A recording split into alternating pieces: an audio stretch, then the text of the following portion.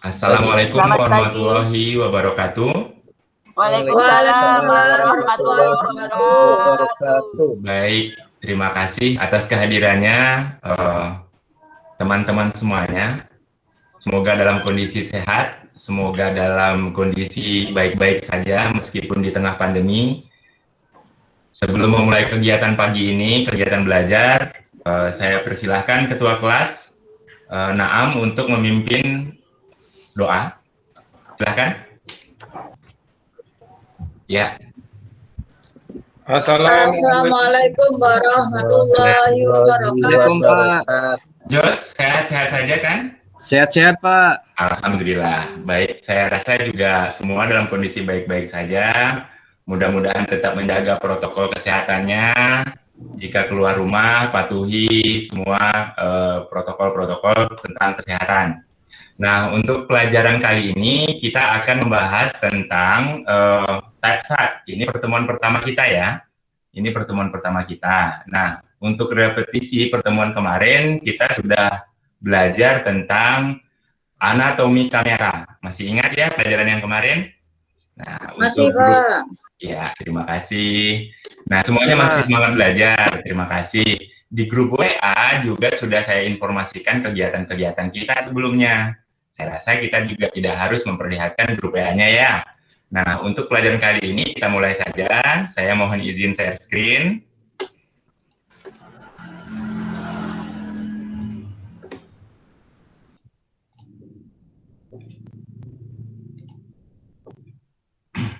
Sudah bisa terlihat, teman-teman? Sudah, Pak.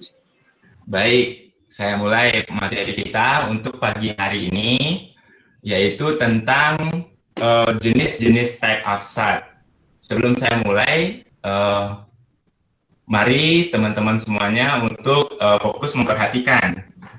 Yang pertama adalah jenis-jenis sat dari type of sat. Type of sat itu dibagi 3, nanti akan saya jelaskan lebih jelas, lebih lanjut.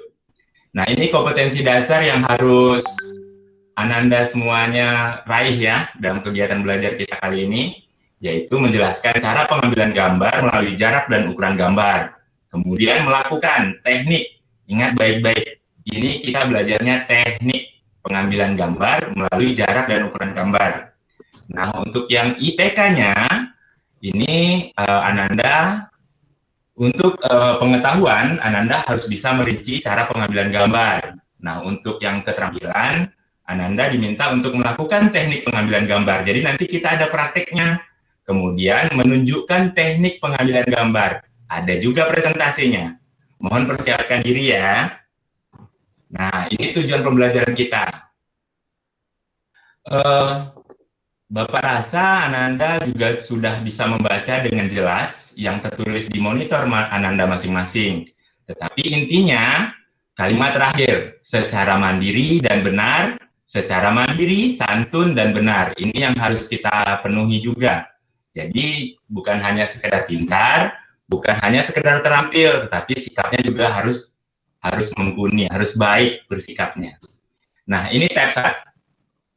Apa itu TypeSat? TypeSat adalah teknik pemilihan luas area pembingkaian pada objek. Pembingkaian, kalau dalam bahasa teknisnya disebut dengan frame ya. Nah, yang bertujuan untuk menghasilkan pesan emosional dan memiliki makna. Type of sat sendiri dibagi atas 3. Yang pertama close up, kemudian medium sat, kemudian full sat. Untuk pertemuan pertama kita membahas hanya close up saja. Perhatikan ya Naam jangan keluyuran ini kalau lagi belajar. Ini kita pertemuan pertamanya hanya membahas tentang close up saja. Nah, close up itu, ini definisinya. Close up merupakan pengambilan gambar yang berfokus pada area wajah. Area wajah di sini jika objek kita atau subjek kita berupa manusia. Atau mungkin berupa, kalau dalam film ada yang di screen animal atau hewan. Sehingga menjadi titik perhatian utama. Untuk benda boleh, untuk tumbuhan boleh. Jadi fokusnya apa nih? Gitu. Jadi dia lebih bersifat fokusnya kita apa. Itu sih intinya. Nah, jenis close up Ini yang pertama adalah close up sendiri. Close up itu adalah close up sendiri bertujuan untuk menampilkan ekspresi wajah dan karakter seseorang. Tekniknya, dekatkan kamera pada objek dan memfokuskan bidikan kamera pada area bagian atas kepala hingga bahu. Jadi penempatannya, kameranya lebih dekat kepada objek atau subjek, lalu mengatur frame pada lensa kamera dan bodi kamera tepat di bagian atas kepala hingga bahu. Hasilnya seperti ini. Nah, karena kita diproduksi film, maka ilustrasi yang saya gunakan berkaitan dengan elemen film. Contohnya aspek rasionya juga ya. Mohon dipelajari ya Ananda semuanya. Dan harus bisa membedakan mana karya seni fotografi dan mana karya seni sinematografi atau videografi. Oke, berikutnya yang kedua adalah big close up. Definisinya adalah big close up mencakup area yang lebih sempit agar mampu menciptakan kesan visual yang lebih dramatis. Teknik ini hanya akan mengambil ekspresi wajah saja, jadi kesannya lebih padat gitu maksudnya. Ya, kalau dari monitor Ananda semua sudah membaca definisinya dan tekniknya.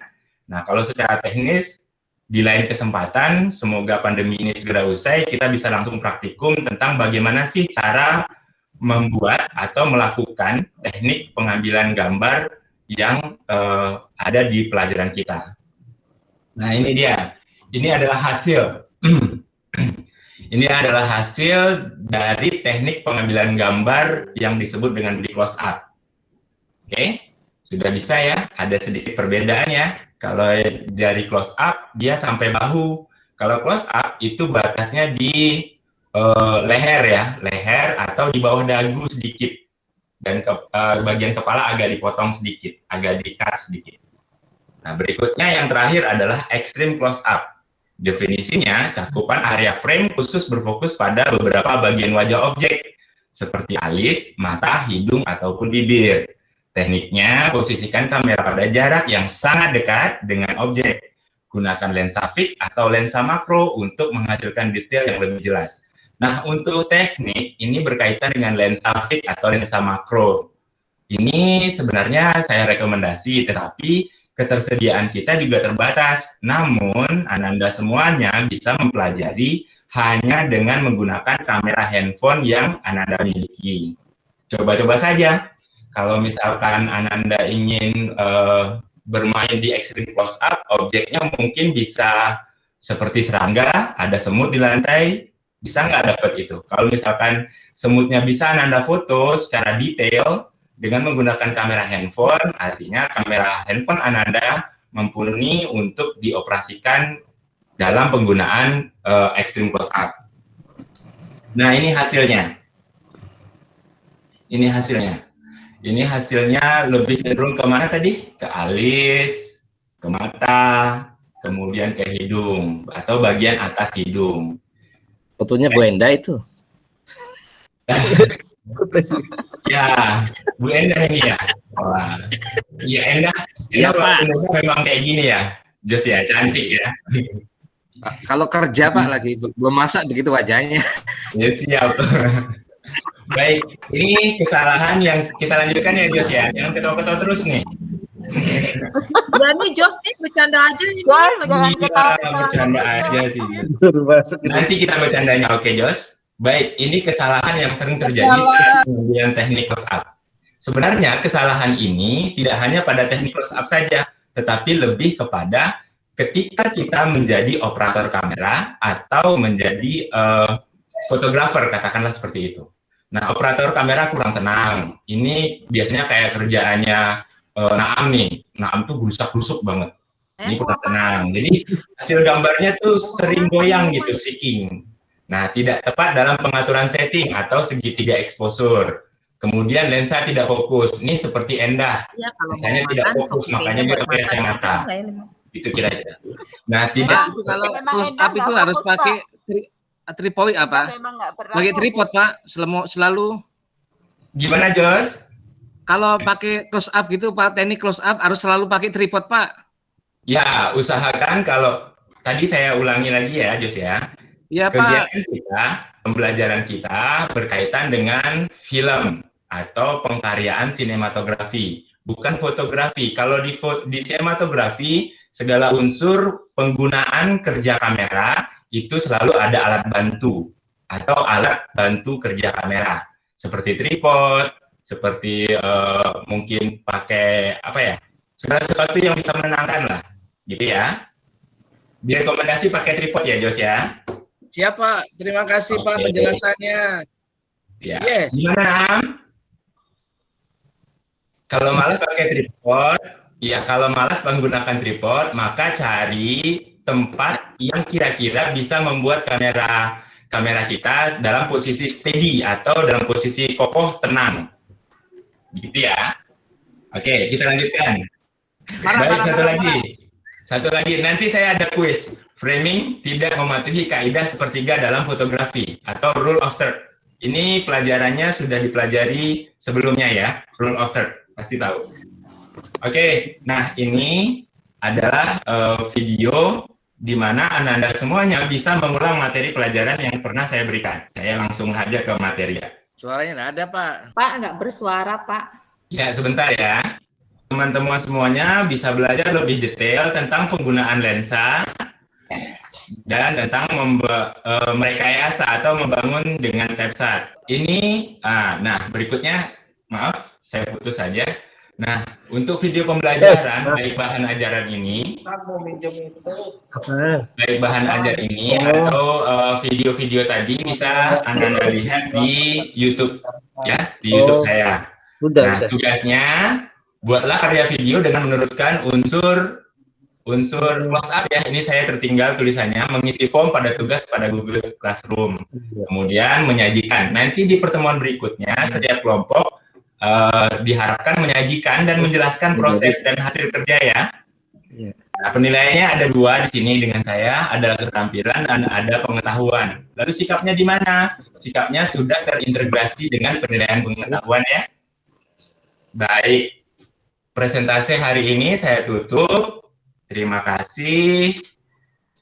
Baik, saya lihatkan lagi.